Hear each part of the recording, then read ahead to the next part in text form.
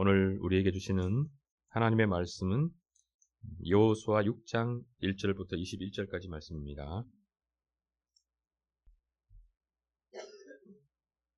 여호수아 1장 1절부터 21절까지에 있는 하나님의 말씀을 들으십시오. 이스라엘 자손들로 말미암아 여리고는 굳게 닫혔고 출입하는 자가 없더라. 여호와께서 여호수아에게 이르시되 보라 내가 여리고와 그 왕과 용사들을 내 손에 넘겨 주었으니 너희 모든 군사는 그 성을 둘러 성 주위를 매일 한 번씩 돌되 엿새 동안을 그리하라.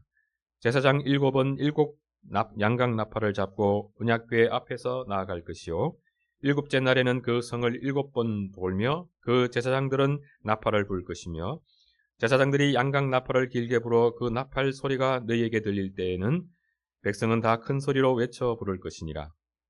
그리하면 그 성벽이 무너져 내리리니 백성은 각기 앞으로 올라갈지니라 하시매 눈의 아들 여호수아가 제사장들을 불러 그들에게 이르되 너희는 언약궤를 메고 제사장 7은 양각 나팔 7을 잡고 여호와의 궤 앞에서 나아가라 하고 또 백성에게 이르시되 나아가서 그 성을 돌되 무장한 자들이 여호와의 궤 앞에서 나아갈지니라 하니라.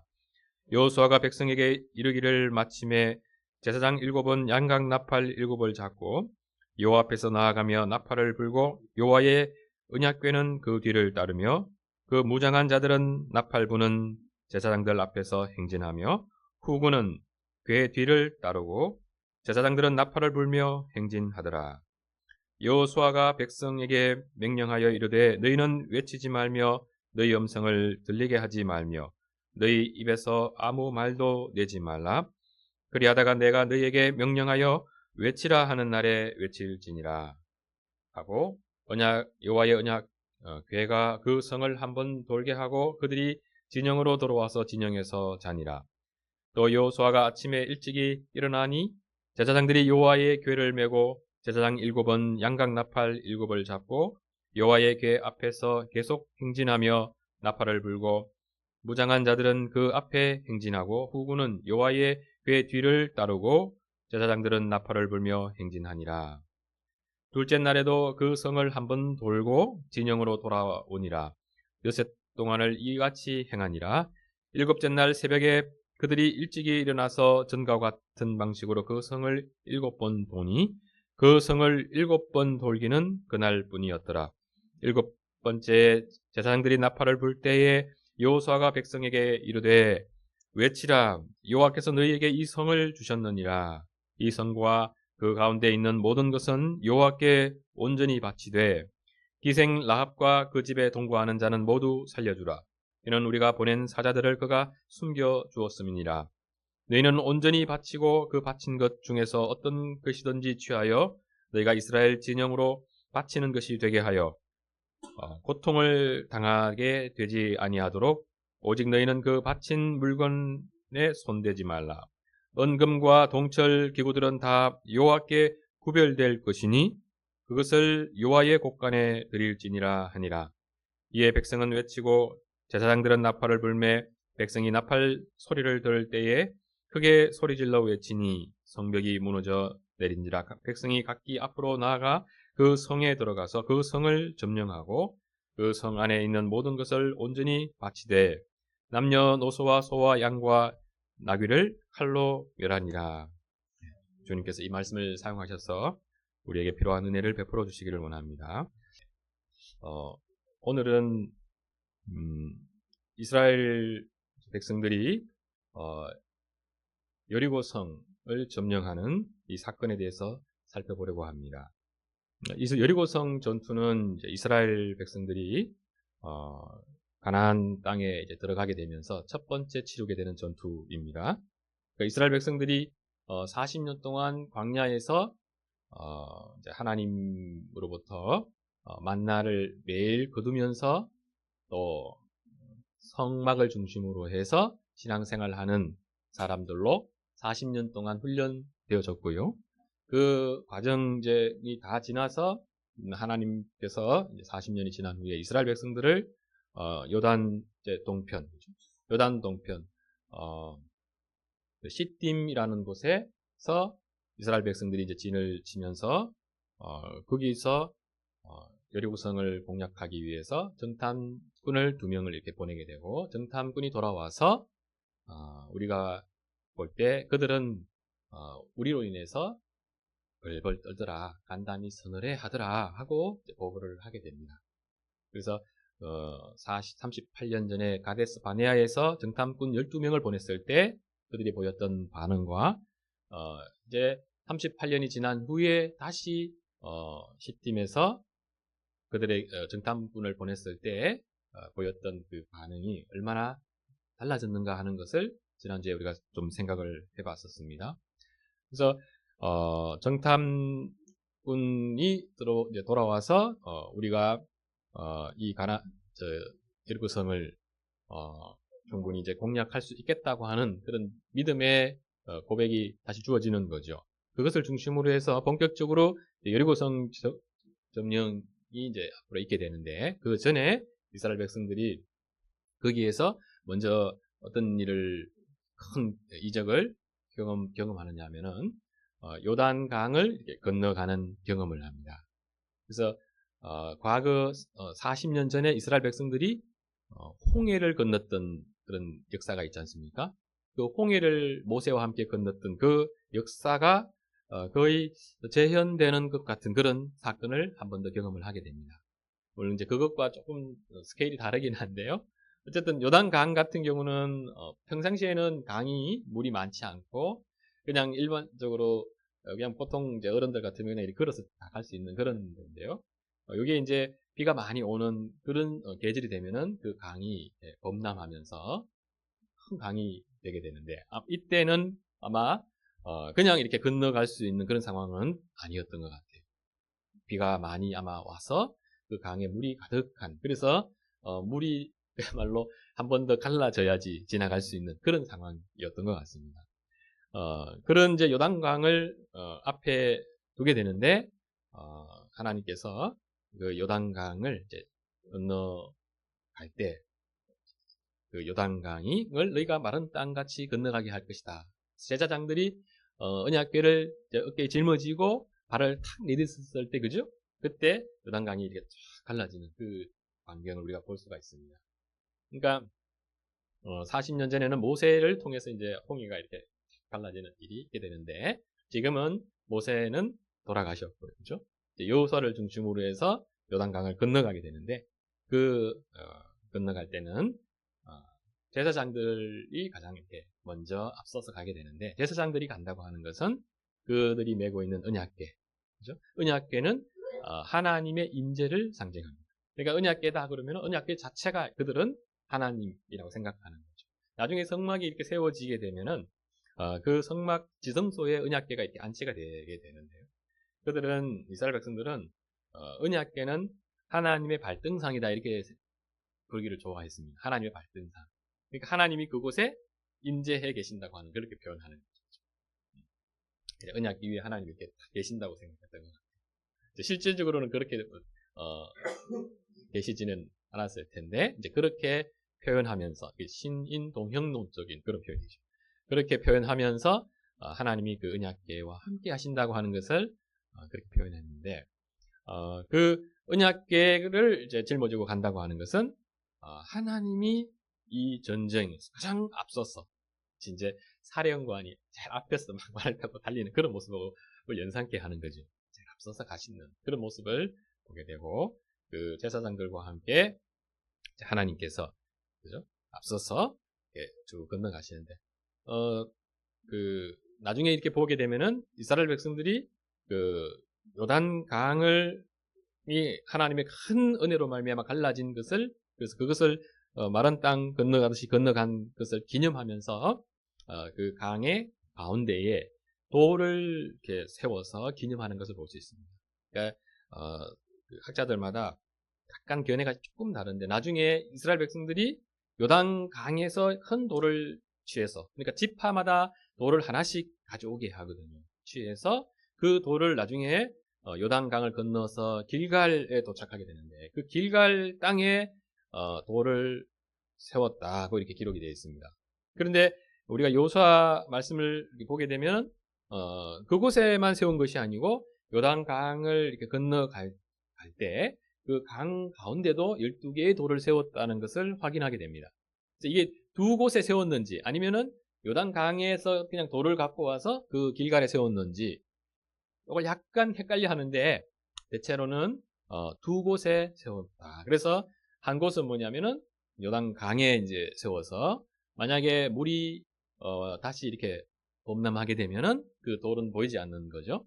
그곳에 세웠고 또 길갈에 세웠다고 우리가 생각해 보면 되는데 그 요단강을 그렇게 큰 은혜 속에 건너간 후에 길갈에 이렇게 진을 치면서 이제 여리고성을 본격적으로 공략을 하려고 하는 거죠.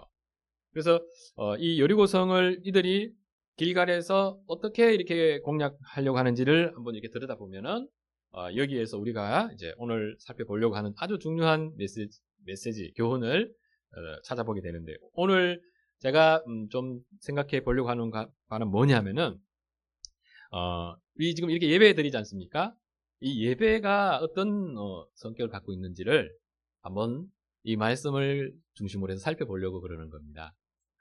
지금 이들이 그 여리고성 그죠?을 공략하기 위해서 그 전투 앞에 이렇게 놓여져 있는 그 상황과 지금 이제 우리가 이렇게 이 자리에 앉아서 이렇게 하나님 앞에 예배드리는 이 지금 상황이나 사실은 비슷한 상황이라고 볼 수 있습니다. 그게 다르지 않은 상황이다.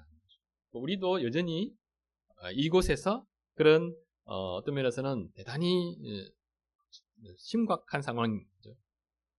긴장하게 하는 그런 상황이거든요. 전투 앞에 놓여 있기 때문에 죽느냐 사느냐 하는 어떤 그 문제와 맞닥뜨려야 되는 거거든요. 근데 우리가 드리는 이 예배도 사실은 그런 현장입니다. 영적인 전투 앞에 놓여져 있고 어떤 면에서는 그 전투 현장 가운데 있는 것이고 거기서 어떤 면에서 승리와 실패가 이렇게 갈라질 수 있는 그런 자리가 우리 예배의 자리다 하는 것을 한번 잘 생각해 보면 좋을 것 같습니다. 그래서 이스라엘의 역사 속에서 우리는 그것을 잘 너무나 분명하게 확인을 하게 돼요. 그러니까 모든 이스라엘 전쟁사만 보더라도 그 전쟁사들이 보면 그죠? 다 뭐와 연결이 되어 있냐면은 기본적으로 뭐냐면 다 하나님과 연결이 되어 있죠. 그러니까 이스라엘이 단독으로 그죠? 하나님과 어떤 무관하게 하나님의 뜻을 헤아리지 않고 그냥 본인들이 이렇게 판단해가지고 이렇게 막 전쟁하는 그런 경우는 거의 없습니다. 그런 경우는 주로 어떤 경우냐면 불순종할 때 그런 모습이 나타나요. 그러니까 하나님의 뜻에 이들이 기본적으로 잘 순종하고 있을 때는 항상 어떤 모습이 나타나냐면 그들이 전쟁할 때뿐만 아니라 실제로 가나안에 나중에 들어가서 이렇게 먹고 사는 그 과정에서도 항상 뭐냐면 자신들의 그 모든 삶과 그 삶의 행위, 그 모든 것들이 하나님과 연결되어지고 있다는 것을 확인하게 되는데 그 하나님께서 뭐냐면 그 하나님의 백성들에게 항상 하나님이 원하는 어떤 태도가 있는 거죠. 그러니까 그 태도는 뭐냐면 너희가 나를 잘 믿고 의지하는 그 신앙의 상태 속에 있으라 하는 거죠. 그런데 그 잘 믿고 그죠? 하나님 앞에 잘 서 있는 그 상태가 어떤 상태냐면은 이스라엘 백성들이 하나님과의 이 관계 속에서 말하자면 하나님께서 이들에게 원하는 온전한 그 예배의 자리라고 할 수 있습니다. 그 온전한 그 예배의 자리를 하나님이 요구한다는 걸 알 수 있고 그것이 이스라엘 백성들에게 잘 나타났을 때 하나님께서 그 이제 예배와 예배를 중심으로 해서 그죠? 하나님의 놀라운 승리를 계속해서 펼쳐가세요. 그러니까 이스라엘 그 가장 영적으로 어두웠다고 할 수 있는 시대가 히스기야 시대인 거거든요. 그 이전에 아버지 시대 때 그 남유다가 완전히 신앙이 이제 바닥으로 떨어졌습니다. 최고로 바닥으로 떨어진 거죠. 그리고 나중에 언제 또 떨어지냐면은 요시야 왕이 등극하기 전에 또 그래요.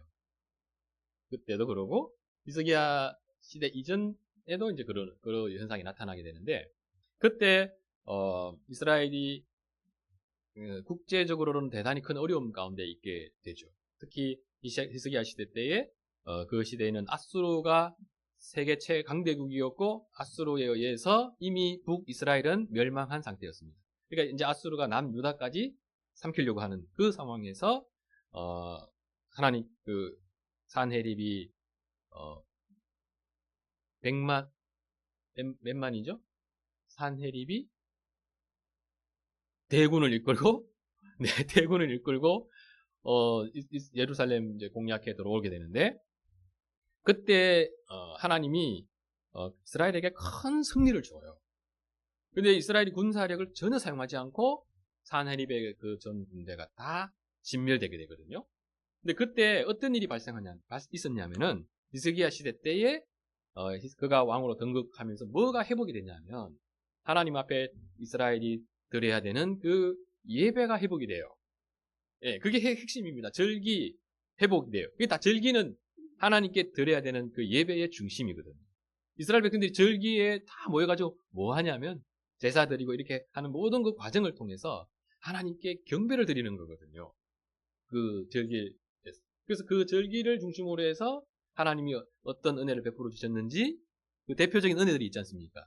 그거를 기억을 하고 그 은혜를 베푸신 하나님이면 우리는 그 하나님께 어떻게 반응해야 되는가가 저절로 답이 나오는 건데 그게 뭐냐면은 그렇게 이스라엘을 구원해 주신 하나님 생각하면은 이스라엘 백성들은 경배를 드릴 수밖에 없는 하나님 앞에 무릎을 꿇고 그죠? 하나님 앞에 무릎을 꿇고 하나님께 경배를 드리면서 하나님의 그 구원의 역사를 감사하고 찬양하는 그 노래를 올려드릴 수밖에 없는 거거든요. 그것을 절기를 보내면서 계속해서 회복하는 거예요. 가장 중요한 구원의 은혜들을 회복하는 거거든요. 회복해서 그것이 이제 그들이 절기를 마치고 돌아가면 그 일상의 삶 속에서 이제 그 지역에 있는 제사장들과 또 장로들을 중심으로 해서 서로 이렇게 말씀을 배워가고 때로는 예배를 드리는 그 모습을 지속해 가는 거거든요. 이스라엘 백성들 그 절기를 중심으로 해서 결국은 어떤 공동체냐면 하나님께 예배하는 공동체거든요. 그 예배하는 공동체가 이렇게 깨졌을 때 이스라엘 백성들은 이제 망하는 겁니다. 예배가 깨지면 망하는 거예요. 그래서 그 히스기야 아버지 시대 때 이미 그런 부분들이 다 망가지고 하나님을 예배하는 삶에서 우상을 예배하는 삶으로 그들이 신앙이 완전히 뒤바뀌어진 거죠. 그것을 이제 히스기야가 보고 분노하면서 우상을 이제 척결을 하는 그 종교적 갱신을 이루고 그 일이 요시야 시대 때도 다시 한 번 더 이제 일어나게 되는데 그 갱신이 기본적으로 바탕이 되면서 그 갱신의 중심에 히스기야가 있었던 거죠. 그래서 아수르의 그 대군이 침략했을 때 하나님께서 결국은 뭐냐면 히스기야의 기도를 받으면서 이제 탁 물리치는데 그냥 히스기야가 기도 간절히 했기 때문에 응답해 주신 그런 것은 아닙니다. 그것은 아주 중요한 요소이긴 하죠. 그런데 그 이전에 거국적인 종교 개혁이 이미 단행이 됐기 때문에 하나님께서 그 히스기야를 중심으로 한 이스라엘의 영적 상태, 그죠? 예배 공동체로 회복된 것을 보면서 승리를 주시는 거거든요. 근데 이게 그때만 그런 것이 아니고 항상 그래요. 그러니까 우리가 사무엘 시대 때도 보면은 그 엘리 대제사장 시대 때에 블레셋에 의해서 이스라엘이 굉장히 괴롭힘을 당하잖아요. 그런데 나중에 세월이 흘러서 이스라엘 백성들이 이제 사무엘을 중심으로 해서 다시 종교적인 갱신을 이루고요. 사무엘이 한 일이 이스라엘 백성들한테 돌아다니면서 성경을 계속해서 가르치고 그래서 그들이 예배의 삶이 다시 회복되도록 하는 그 일을 해요. 그래 나중에 한 20년 정도 이제 그 블레셋과의 전쟁 이후에 20년 정도 지나서 이들이 나중에 미스바에서 이렇게 모이는 장면이 나오잖아요. 그 사무엘상 7장에 보면 나오거든요. 거기서 보면은 이제 어떤 표현이 나오냐면 이스라엘 백성들이 오랜 그 블레셋으로 인한 그 고통이죠. 그러면서 그들이 마음이 막 가난해져가지고 이제 가난한 마음으로 하나님을 찾는 그 모습이 나타나요. 그때 거기에서 이제 사무엘이 너희들의 그 하나님 앞에서 범한 죄에 대해서 지적하면서 그들이 회개하고 이렇게 막 물을 막 붓는 그런 장면들이 나오고 막 우리 회개합니다. 그 회개를 딱 받으시고 하나님이 뭘 베푸시냐면은 그때 대성회를 하고 있는데 블레셋 침공을 하는 거거든요. 그러고 있는데 그때 얼마나 위험해요. 다 모여가지고 그죠? 집회를 하고 있는 거거든요. 전투 준비하는 게 아니고. 그런데 그때 이렇게 쳐들어오거든요. 그것을 하나님이 허용하신 거거든요. 허용을 하셨는데 그 가장 전쟁에서 이기기 힘든 상황이거든요. 과거에 언약궤를 메고 막 전투하러 나갈 때는 전투하려고 그러도 나간 거예요. 군대를 체배를 해서 간 건데 지금은 아니거든요. 그런데 하나님이 그때 큰 자연 어떤 이적을 사용하셔가지고 그 블레셋 군대를 대파시키거든요. 그 장면에서도 잘 드러나는 거죠. 하나님이 어떻게 역사하시는가, 그 하나님이 이스라엘 백성들에게 항상 뭘 요구하시는가 하는 것이 그런 사건에서 잘 나타나요. 우리가 하나님께 이제 예배 드린다고 하면은 우리가 이렇게 하나님 앞에서 찬양 부르는 것만 있는 것이 아니에요. 회개하는, 하나님을 부르는 거죠. 하나님을 찾고 부르는 거. 또 기도하는 거. 이런 것이 다 이렇게 포함된. 하나님 앞에 번제를 올려드리자, 이스라엘 백성들이. 그죠? 우리는 이제 그것을 뭘로 표현하냐면, 봉헌을 올려드리면서 표현을 해요.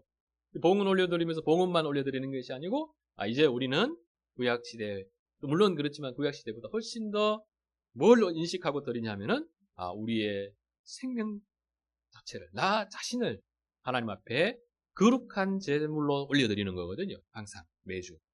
그래서 우리가 그런, 그것이 포함되어진 이스라엘의 그 삶의 모습을 보게 됩니다. 그 삶이라고 하는 것은 결국 어떤 삶이냐면은 하나님께서 이스라엘 백성들은 근본적으로 하나님과 관계에 맺으면서 하나님께 예배하는 민족으로 부르셨다고 하는 것을 잘 드러내 줍니다. 네.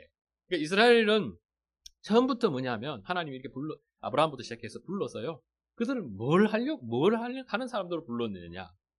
하나님께 예배하는 사람들로 불렀다는 것을 우리가 잘 확인하고 그것이 우리 하나님의 백성들이 가지고 있는 아주 이제 중요한 정체성이어야 됩니다. 그래서 우리는 어떤 사람들이냐? 예배하는 사람. 그 예배하는 사람들로 우리가 서 있으면서 그 예배하는 자리에서 사실 우리는 뭘 하냐면요. 모든 것을 다 해요. 예배하면서 농사 짓고 예배하면서 이스라엘 백성들처럼 사실은 이제 이스라엘 백성들은 전쟁하는 거거든요. 전쟁하는 거예요. 예배하면서 모든 이제 그 먹고 살아가는 삶을 그것을 중심으로 살아가고. 그래서 그 하나님이 그들이 일상의 삶 속에서 어떻게 살아가야 되는지를 이렇게 가르쳐 주지 않습니까? 그리고 그 삶이 뭘 중심으로 해서 구성이 되어 있냐면은 안식일을 중심으로 해서 구성이 되어 있거든요. 그 안식은 뭐냐면 하나님과 함께 하나님과만 보내라고 이렇게 주신 날짜. 하나님께 예배하면서 그죠? 그 한 날을 다 바치라고. 그것을 연습하라고 주신 날짜인데 그 안식일을 주신 것은 뭐냐면요. 안식일만 그렇게 살아라고 준 게 아니고 모든 날을 그렇게 사는 사람들로 너희가 앞으로 변화돼 가라고 이렇게 주신 겁니다. 네, 다른 날도 이제 살아가다가 이제 안식일 날 싹 살면서 우리는 이런 예배를 드리는 존재로 하나님 앞에 서 있구나. 우리 존재 자체가 그렇구나 하는 것을 그 안식일을 통해서 계속해서 반복해서 교육받는 거거든요. 그 교육이 반복되면서 그 하나님 앞에 예배자로 우리 자신이 조금씩 변해가면서 나머지 6일도 그런 삶을 사는 사람들로 계속해서 성장해 가도록 하는 것이 하나님이 이 7일을 주신 의도거든요. 7일, 안식을 중심으로 한 이 7일을 주신 의도입니다. 그래서 이스라엘 백성들은 그 안식일을 중심으로 해서 그들의 삶이 예배자의 삶이 되도록 하나님이 이렇게 디자인하셨다고 하는 것을 경험할 수가 있고 이스라엘의 제사장들 같은 경우는 나중에 이제 성막과 성전에서 그 직무를 수행할 때 항상 뭐냐면요 하나님 앞에 매일 번제를 드리도록 이렇게 명령하세요. 매일 번제를 상번제라고 해가지고 매일 아침과 저녁에 번제를 드리도록 그렇게 해서 그들의 그 일상이 하나님 앞에 예배자로 서 있어야 된다는 것을 사실 아주 분명하게 그것을 통해서 선포하세요. 그게 제사장들만 예배 드리는 사람들로 살아가라고 이렇게 한 게 아니거든요. 제사장들은 뭐냐면은 요렇게 너희들은 살아야 된다고 모델로 본받으라고 이게 대표자들로 세워주신 거거든요. 네, 우리 직분을 세우는 것도 마찬가지입니다. 신약시대. 직분은 특별하게 이렇게 그들을 구별하기 위해서 구별하셨죠. 그런데 그렇게 하신 가장 큰 이유는 뭐냐면 이 집사와 장로 또 장로 중에서 가르치는 목사 장로죠.를 둬서 가지고 그리스도께서 이 땅에 오셔서 행하신 그리스도의 그 삼중직이라고 그리스도의 삼중직이 있습니다. 제사장직, 왕직, 그 다음에 선지자직 이게 이제 삼중직인데요. 그 사역이 이 직분자들을 통해서 먼저 표현이 잘 돼야 되는 거예요. 표현이 잘 되고 나머지 분들은 그 직분자들을 잘 보면서 전체 이 교회가 그런 모습이 잘 나타나고 또 우리 개개인의 신앙도 그렇게 이렇게 나타나도록 사실은 의도되어졌다고 하는 것도 생각할 수가 있습니다. 그래서 이 부분에 대해서 이제 좀 생각을 해보려고 하는데 이 예배적 어떤 모습이 이 여리고성 이 전투 속에도 잘 드러나고 있다는 것을 한번 확인해 보려고 그러는 겁니다. 그리고 우리 이제 쭉 읽으면서 금방 확인이 다 됐지 않습니까? 말씀을 안 드려요. 네. 그래서 이스라엘 백성들이 여리고성을 이제 공략을 하게 되는데 그 공략할 때 하나님이 이렇게 자세하게 명령을 해주십니다. 여리고성을 이제 공략하는데 너희가 맨 먼저 앞에 군대가 그죠. 무장한 군인이 제일 앞에 딱 서고 그 다음에 언약궤가 가운데 있고 그 뒤에 또 군인이 쭉 줄 서는 그러니까 언약궤가 이스라엘 진영의 전체 가운데 딱 서는 어떤 그런 구조에 좀 가깝습니다. 전체적으로 보면 아마 군대가 이렇게 반반으로 이렇게 나누는 거는 아닌 것 같고 이제 정예 군사들을 앞에 이렇게 두고 그 다음에 언약궤가 두고 나머지 분들은 이제 뒤에 쭉 서 있는 그런 어떤 구조일 텐데요. 길갈의 진을 딱 친 상태에서 이 전쟁을 수행할 때 이제 7일간 수행을 하게 되는데 그 진영을 갖추어서 6일 동안 여리고성을 하루에 한 바퀴씩 이렇게 돌고 오라는 겁니다. 그냥 간단해요. 한 바퀴만 돌고 오라. 그때 어떻게 행진을 하냐면은 이제 언약궤를 짊어지고 가야 되고요. 또 언약궤에 앞서서 이스라엘의 제사장들이 각각 아마 한 명당 한 개의 양각나팔을 지니고 이제 출발할 때 아마 양각나팔을 불렀겠죠. 가자 하고 불고 또 아마 행진하면서 여기 보면요 읽어보면은 계속해서 나팔을 불렀다 하는 것을 볼 때 아마 계속해서 나팔을 불었을 것 같아요. 어떻게 불었는지는 모르겠습니다. 나팔을 계속해서 불고 이렇게 행진해서 한 바퀴를 이렇게 돌고 오는데 이게 기본적으로 하나님이 이 전쟁을 7일 동안 수행을 하세요. 그냥 하루 만에 전쟁하실 수 있는 분이세요. 이렇게 지금 이 역사를 보면요. 하나님 하루 만에도 다 하실 수 있는 분이신 거 분명해요. 그런데 그렇게 안 하세요. 7일 동안 딱 채워서 이걸 하는 것도 대단히 의미가 있는 거죠. 6일 동안 그들은 계속해서 돌기만 합니다. 돌 때 나팔 소리는 들리는데 너희가 뭘 하지 말라고 하냐면은 너희들끼리 떠들고 시끄럽게 하지 마라. 이래저래 뭐 무슨 말 하지 말라는 거예요. 소리가 들리지 않게 하고 입 탁 다물고 그냥 성벽을 이렇게 한번 돌게만 하라는 거예요. 근데 이게 이제 이 전쟁을 수행하기 전에 어떤 일이 사실 먼저 있었냐면은 길갈에서 이 사람들이 할례를 행하는 일이 먼저 있었어요. 길갈에서. 그러니까 광야 생활 동안에 그들이 할례를 제대로 하나님 앞에 준수하지 못한 이 문제가 있었는데 이것은 뭐냐면 이스라엘 백성들이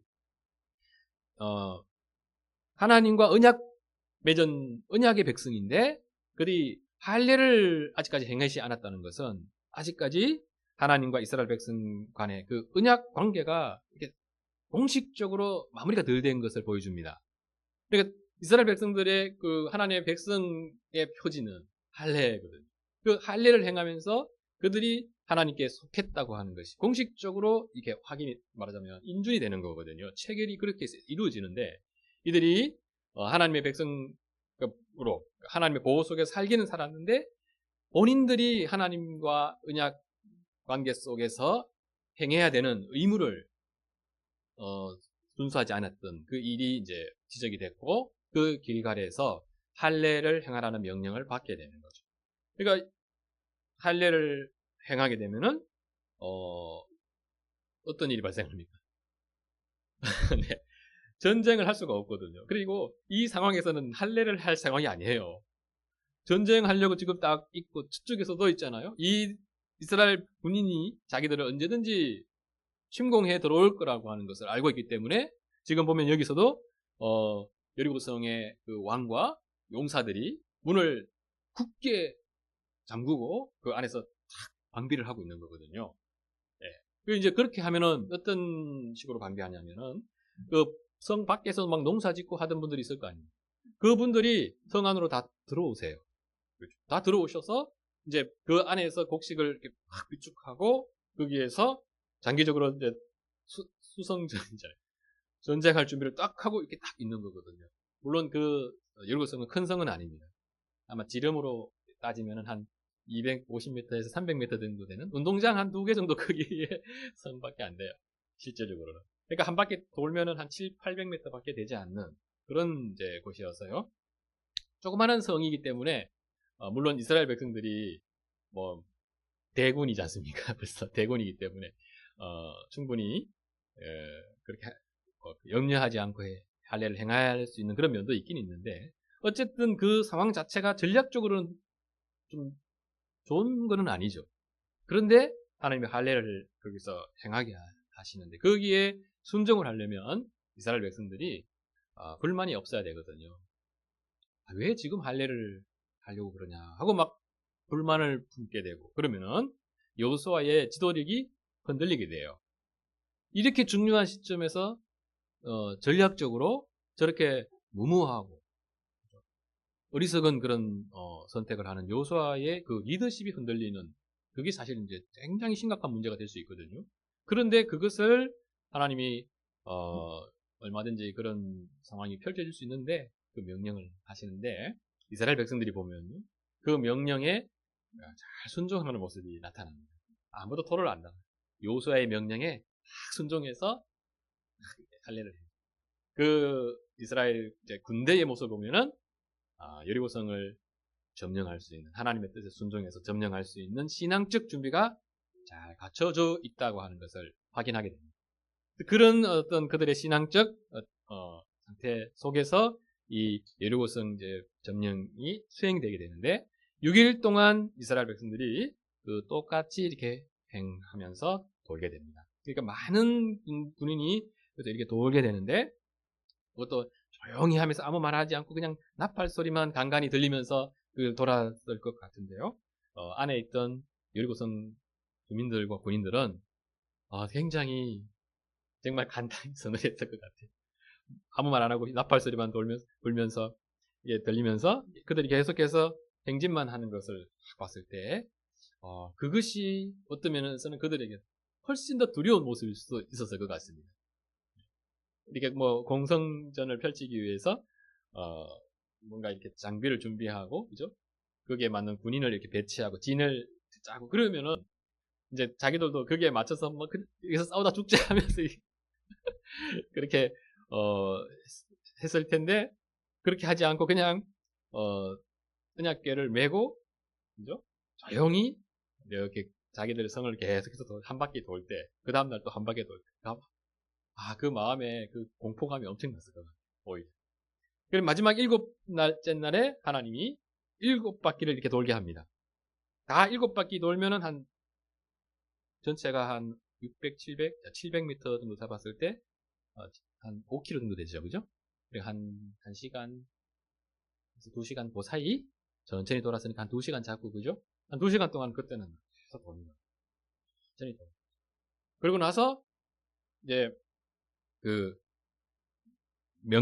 여호수아가 명령하여 외치라 하는 그 때에 이제 외치라고 하는데 보면은 그 말씀이 어디 나오죠? 20절. 네. 읽어보겠습니다. 이에 백성은 외치고 제사장들은 나팔을 불매 백성이 나팔 소리를 들을 때에 크게 소리 질러 외치니 성벽이 무너져 내린지라 백성이 각기 앞으로 나아가 그 성에 들어가서 그 성을 점령하고. 그러니까 나팔 소리와 함께 그들이 와 했던 것 같습니다. 와. 그렇게 한번 딱 외쳤는데 그게 쫙 무너지게 됩니다. 그러니까 이 외치는 것은 어떤 성격이 강하냐면은 어떤 면에서는 이제 승리의 함성에 가까울 것 같습니다. 승리의 함성. 그러니까 아직 전쟁하지도 않았는데 7바퀴 탁 돌고 그들이 어떤 함성을 지르냐면 우리 승리의 함성. 그리고 함성을 탁 지르면서 그 이스라엘 백성들이 그 순간에도 전체가 이렇게 하나 되어지는 그런 모습을 보게 됩니다. 그러니까 이들이 지금 어떤 점에서 하나로 이렇게 움직이냐면 언약궤를 중심으로 하나 되어 있고 하나님이 그들에게 명하신 명령 있지 않습니까? 하루에 한 바퀴 돌고 마지막 날에 7바퀴 돌고 외치라.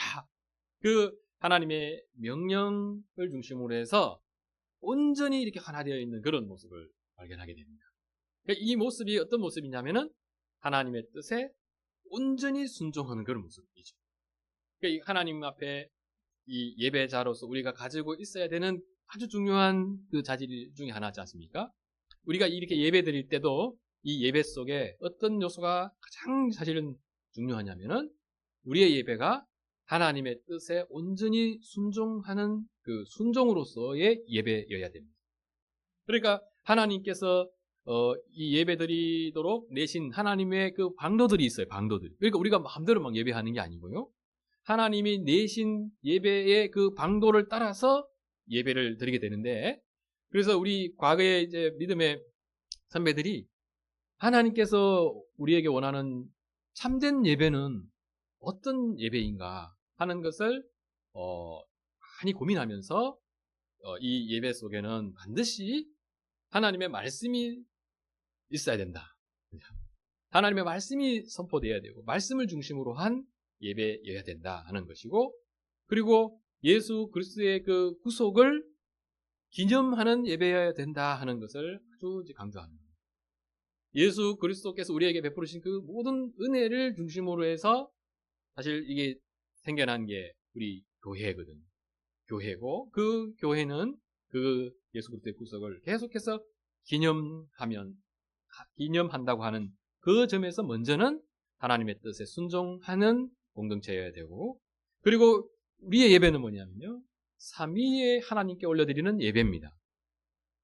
네. 그러니까 하나님이 어떤 분이신지를 정확하게 알고 하나님께 드려져야 되는 예배가 우리의 예배입니다.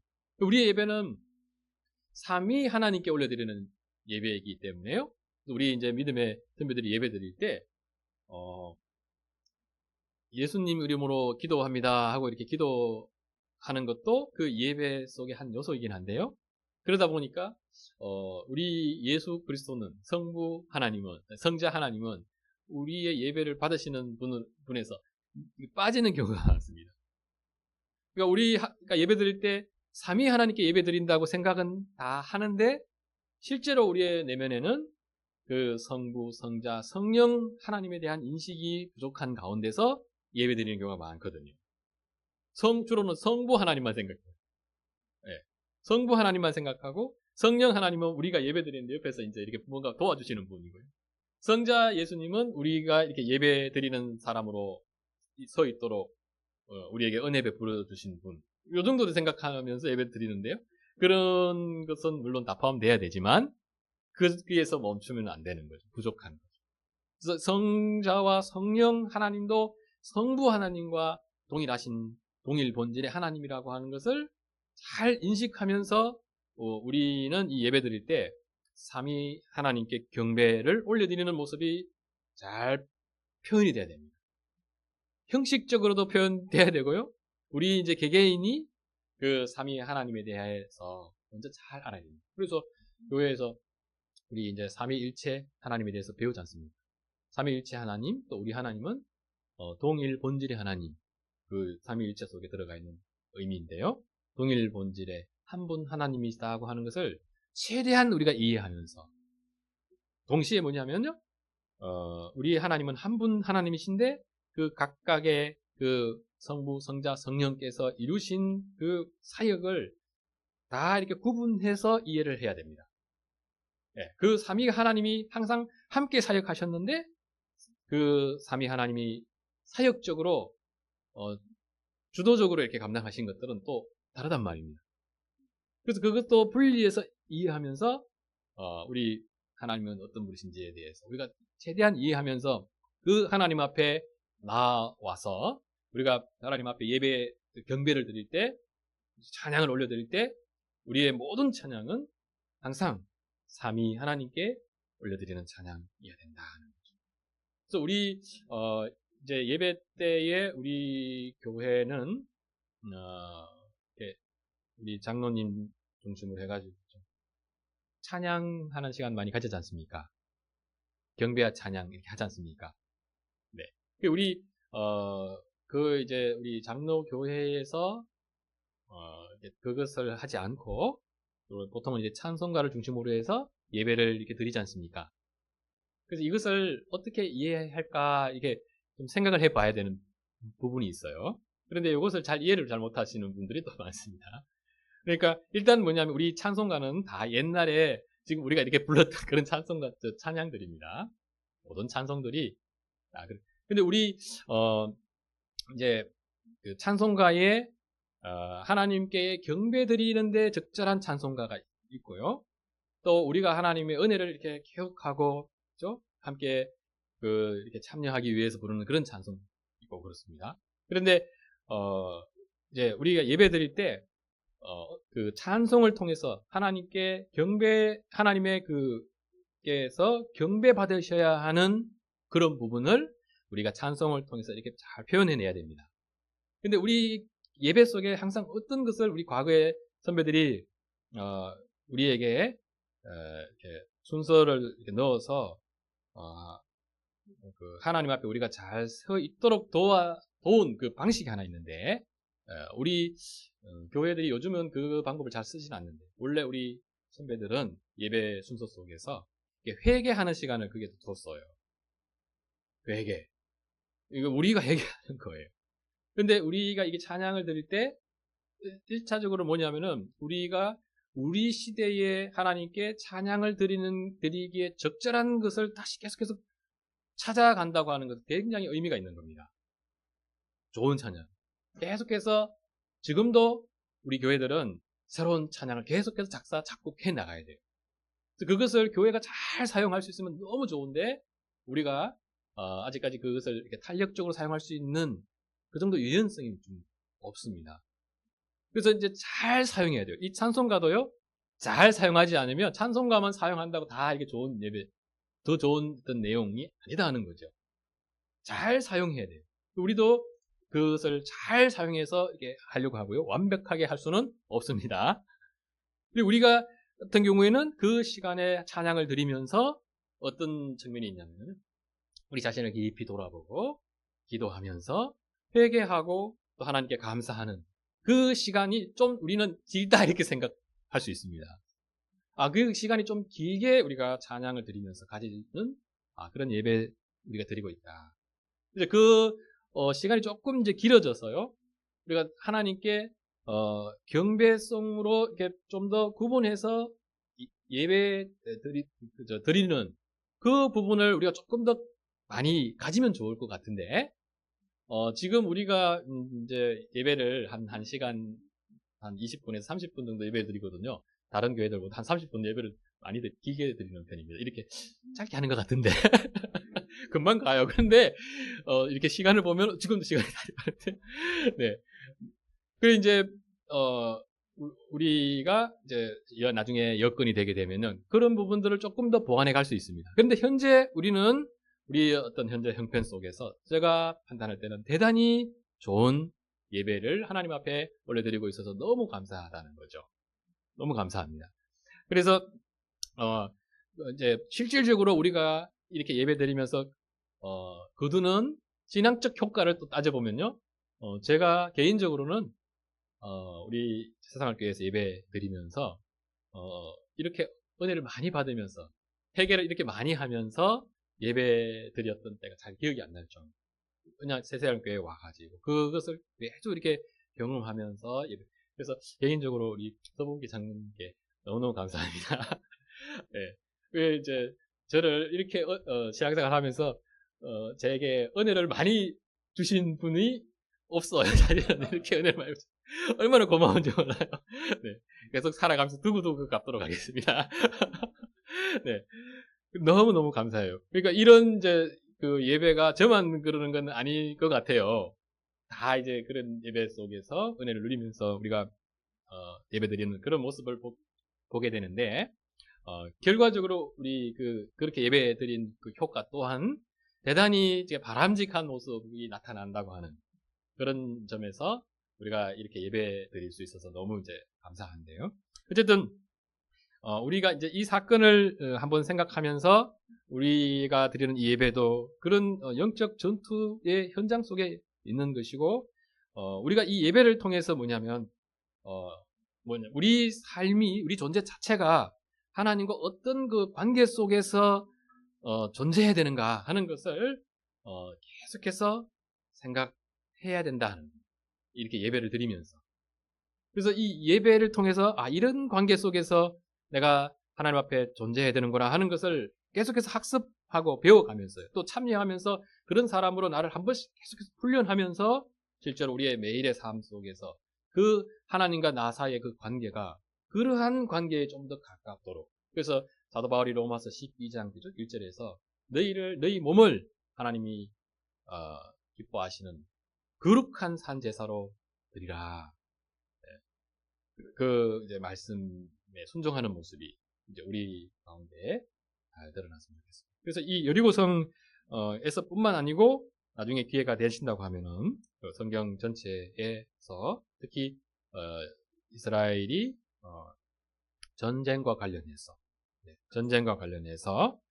그들이 그 하나님의 뜻을 수행할 때 그들이 어떤 자세로 그 일들을 수행했는지도 한번 살펴보면서 최종적으로 우리가 이스라엘의 모든 삶, 전쟁할 때뿐만 아니라 또 일상에서 경제적인 활동을 하면서 또 여러 가지 사회적인 활동을 하면서 다 결국은 뭐냐면 그 예배하는 자의 그 모습을 하나님께서 그들에게 계속해서 요구하셔서 하나님과 하나님의 백성이 정상적이고 건강한 관계 속에 있다고 할 때 그 모습이 어떤 모습에 가장 가까우냐. 하나님 앞에서 바르게 예배하는 자의 그 모습에 그 모습이 가장 가장 온전함에 가까운 모습이라고 하는 것을 생각하면서 그 모습이 우리 자신에게 또 우리 가정에 또 우리 교회 속에 잘 드러나는지를 살피고 또 그렇게 드러나도록 애를 쓰면서 살아가는 모습이 여기서 이제 나타났으면 좋겠습니다. 기도하겠습니다. 거룩하신 아버지 하나님, 오늘 여리고 성 점령 사건을 살피면서 하나님께서 이스라엘 백성들에게 원하셨던 모습이 결국은 하나님을 의지하여서 하나님의 뜻에 순종하고 또 하나님과 함께 노래하고 하나님과 함께 나아가는, 그래서 하나님 앞에 예배자로 살아가는 그 모습임을 다시 한번 살펴보게 되고, 이 여리고성 전투뿐만 아니라 이스라엘 전체 역사 속에서 우리가 그 하나님께서 하나님의 백성들에게 그 모습을 일관성 있게 요구하셨다고 하는 것도 생각해 보게 됩니다. 우리 신약 시대를 살아가는 우리 그리스도인들, 우리 교회에도 주님께서 동일한 모습을 우리에게 요구하시는 줄로 알아서 아버지 하나님, 저희가 이렇게 함께 예배드리고 주님 앞에 살아가면서 참으로 우리가 하나님 앞에 온전히 예배드리는 이 모습이 우리 가운데 나타나게 하여 주시옵소서. 먼저 우리 교회가 이것을 깊이 의식하고 그 방향을 향해서 잘 나아가게 해주시고, 우리가 그 속에서 살아가면서 우리가 하나님 앞에 산다고 하는 것이 이렇게 사는 것이라고 하는 것을 깊이 깨달아가게 해주시고, 그 경험을 또 의지하여서 우리가 하나님 앞에 온전한 예배를 올려드리는 그 모습이 우리 가운데 충만히 나타나게 하여 주시옵소서. 예수님의 이름으로 기도드립니다. 아멘.